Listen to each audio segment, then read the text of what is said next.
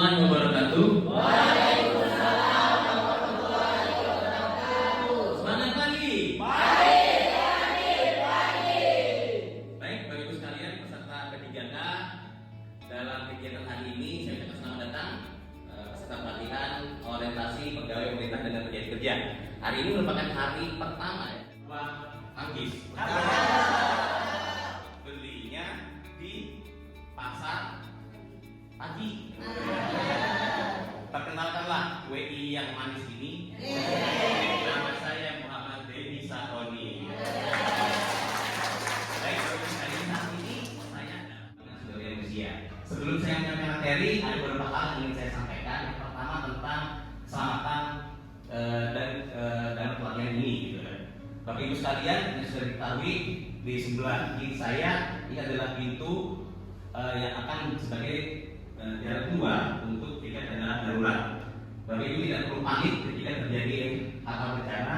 Jadi yang perlu Bapak perhatikan dan Ibu sekalian perhatikan adalah yaitu sebelah kanan dan kiri itu merupakan jalan keluar, ada tangga kecil dan dimohon untuk turun secara perlahan dan tidak tergesa-gesa. Kemudian setelah ketika terjadi bencana juga, Bapak Ibu diminta untuk berkumpul di master point yang sudah ada di dekat masjid BPSD ini. Demikian yang dapat saya sampaikan terkait tentang keselamatan dalam pelatihan ini. Oke, silakan. Oke, untuk mengawali kegiatan ini kita akan mengecek konsentrasi dulu. Bisa berdiri dulu semuanya. Oke, terima kasih. Saya akan cek konsentrasi dulu. Apakah Bapak Ibu sudah memahami, sudah masuk belum sih di kelas kita ini, gitu, atau masih ada yang keluar? Para tulis sederhana saja. Jadi saya minta nanti Bapak Ibu sekalian agar dapat baru boleh berpindah jika ada kata siapa ketua kelas saya di sini? Pak ya. Oke. Jika ada kata Muhammad, baru Bapak Ibu boleh berpindah. Berbuat sesuai dengan perintah yang saya sebutkan. Jika tidak ada kata Muhammad, tidak ada yang boleh bergerak, berbuat. Jelas? Jelas. Oke, kita cek dulu seluruhnya. Halo? Hai. Kata Muhammad, tepuk tangan 1 kali. Tepuk tangan 2 kali. Iya, fokus nih. Nah, ini dia bilang tidak boleh bertindak jika tidak ada. Oke. Halo? Selamat datang di generasi muda anti korupsi. Indonesia lebih baik jika tanpa korupsi. Saya lebih suka menyapa Bapak sekali itu generasi muda. Walaupun tampangnya tampang muda.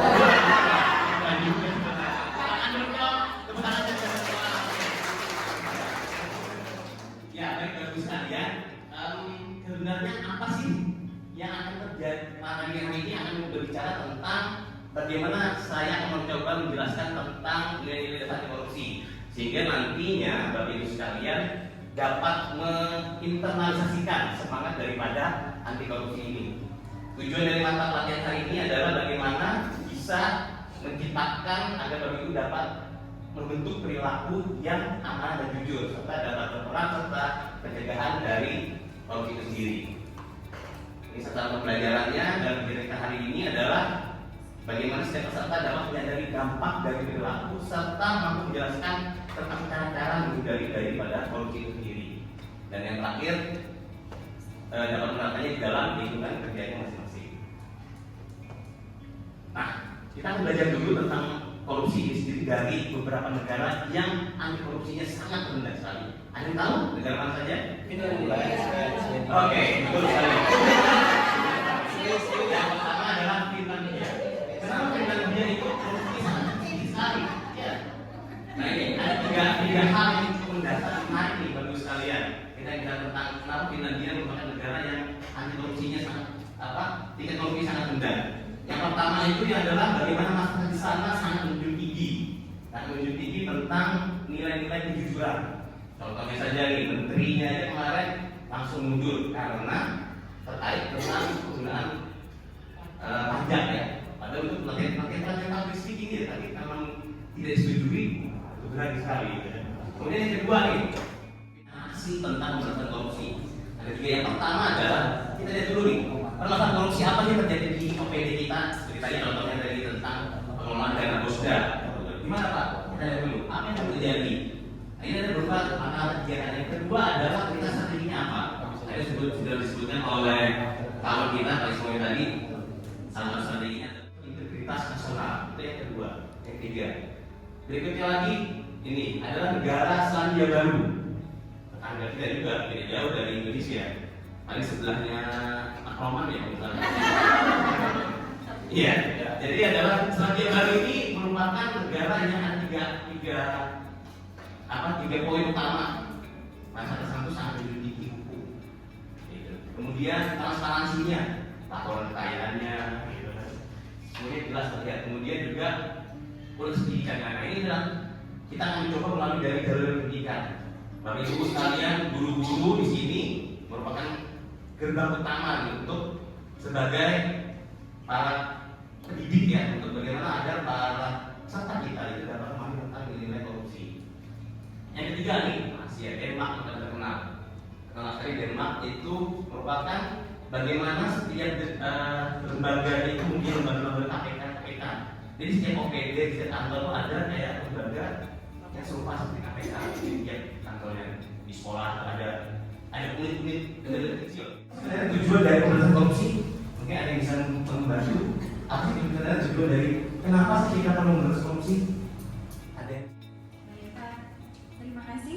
Jadi menurut saya tujuan dari pemberantasan korupsi ini adalah bagaimana dari sejak dini mungkin ya kalau dari sisi guru ya mendidik para siswanya dari hal kecil dulu, bagaimana bersikap jujur, kemudian tepat waktu itu awalnya ya, kemudian di tingkat lanjutannya yaitu setelah tekanan kejujuran itu, nah nanti akan ketika mereka dewasa akan bisa memilah mana yang kira-kira baik untuk dilaksanakan, mana yang tidak. Jadi mereka punya benteng itu untuk tidak terpengaruh hal-hal buruk termasuk korupsi itu. Oke, terima kasih. Ya, semua jawaban bagus sekali, itu sudah benar. Sebenarnya apa sih sebenarnya tujuan dari pemberantasan korupsi? Ada beberapa hal. Yang pertama, bagi bisa bayangkan, ada 3 hal yang akan terjadi di negara kita tercinta jika Indonesia bebas korupsi. Contohnya, yang pertama pembangunan akan berjalan dengan lancar. Gak ada lagi tuh Pak, bagi ibu sekalian jalan yang macet, jalan yang berlubang. Itu kayak di mana tuh di kalau di sini sama ini tuh di dekat tempat kita di dekat apa PLN, Dondong itu jalannya berlubang gitu. Oh di dekat tempat tinggal saya. Kemudian pendidikan akan lebih besar. Sekolah itu gratis. Sekarang gratis di sekolah kita? Gratis di satu bagian. Buku bayar nggak sih? Buku kita bayar nggak sih? Dibayar. Semua pendidikan itu di negara-negara yang tadi gratis semua. Indonesia akan lebih maju, akan lebih hebat nih. Kemudian kesehatan sebenarnya banyak negara sudah ada BPJS, tapi tidak semuanya. Pasti semuanya. Ada banyak yang masih banyak. Ini yang akan terjadi jika kita bebas dari korupsi. Nah sebenarnya kenapa sih kita harus bebas dari korupsi? Karena itulah tujuan daripada bangsa kita ada. Indonesia berdiri itu tujuannya ini. Pastinya di Undang-Undang Dasar 45. Kalau kita lihat pagi gitu kan saya ingat sekali membacakan Undang-Undang Dasar 1945. Salah satu poinnya ada 4 poin tujuan negara kita didirikan. Yang pertama adalah melindungi segenap bangsa Indonesia dan seluruh tumpah darah. Waalaikumsalam warahmatullahi wabarakatuh. Perkenalkan saya dari SMP Universitas. Sebenarnya saya hanya membentuk sebuah gagasan atau argumentasi tentang anti korupsi. Di sekolah itu kadang-kadang kita tahu ada dana bosnas dan seterusnya, tapi transparansi itu kadang-kadang tidak muncul secara baik. Saya itu menginginkan ke depannya kalau bisa didorong dari mungkin dari kawan-kawan anti korupsi itu setiap sekolah itu memiliki mungkin ada website yang dimana website itu menampilkan apa sih yang digunakan dana bosnas dan bosnas itu, sehingga kami sebagai guru bisa ikut mengontrol. Itu yang pertama, karena kami melihat sekali ada beberapa hal bagaimana kami itu tiba-tiba tidak tahu apa pakai. Misalnya saya di sekolah saya, tapi sekolah saya selalu baik-baik aja kok Pak. Dan di sekolah saya baik-baik aja, cuma maksud saya semoga kalau seandainya gagasan kita terintegrasi sehingga guru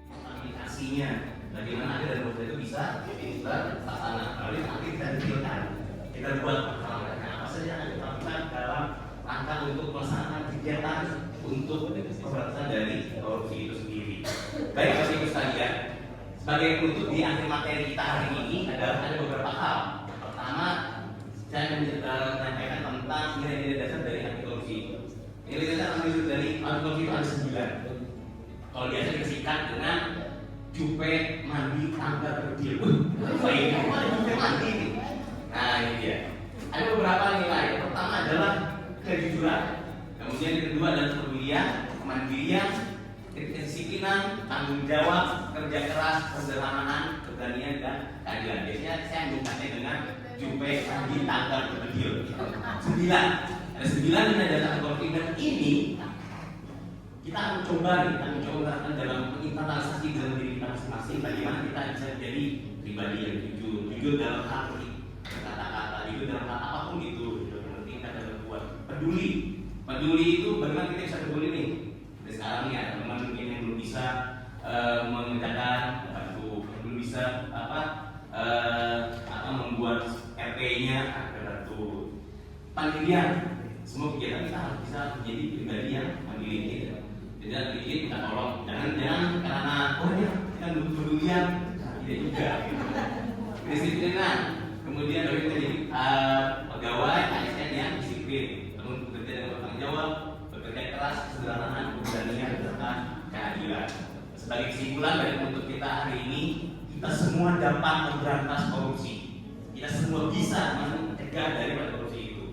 Semua berharap ini sebagai adalah contoh dan teladan daripada keluarga kita. Memberikan masukan kepada seorang atlet itu seperti memahami dan gampang, tapi ini hanya membuat kamu yang baik diri masa kita. Tapi yang kita menyampaikan masukan kepada seorang dewasa itu akan mengibaratkan seperti menulis di atas air. Dan PR dari Bapak Ibu sekalian, pribadi masing-masing yang perlu dijawab adalah mampukah saya konsisten untuk tidak melakukan korupsi meski dalam keadaan tersulit sekalipun. Demikian materi yang dapat saya sampaikan dalam pertemuan kita hari ini. Saya akhiri. Selamat sore. Assalamualaikum warahmatullahi wabarakatuh.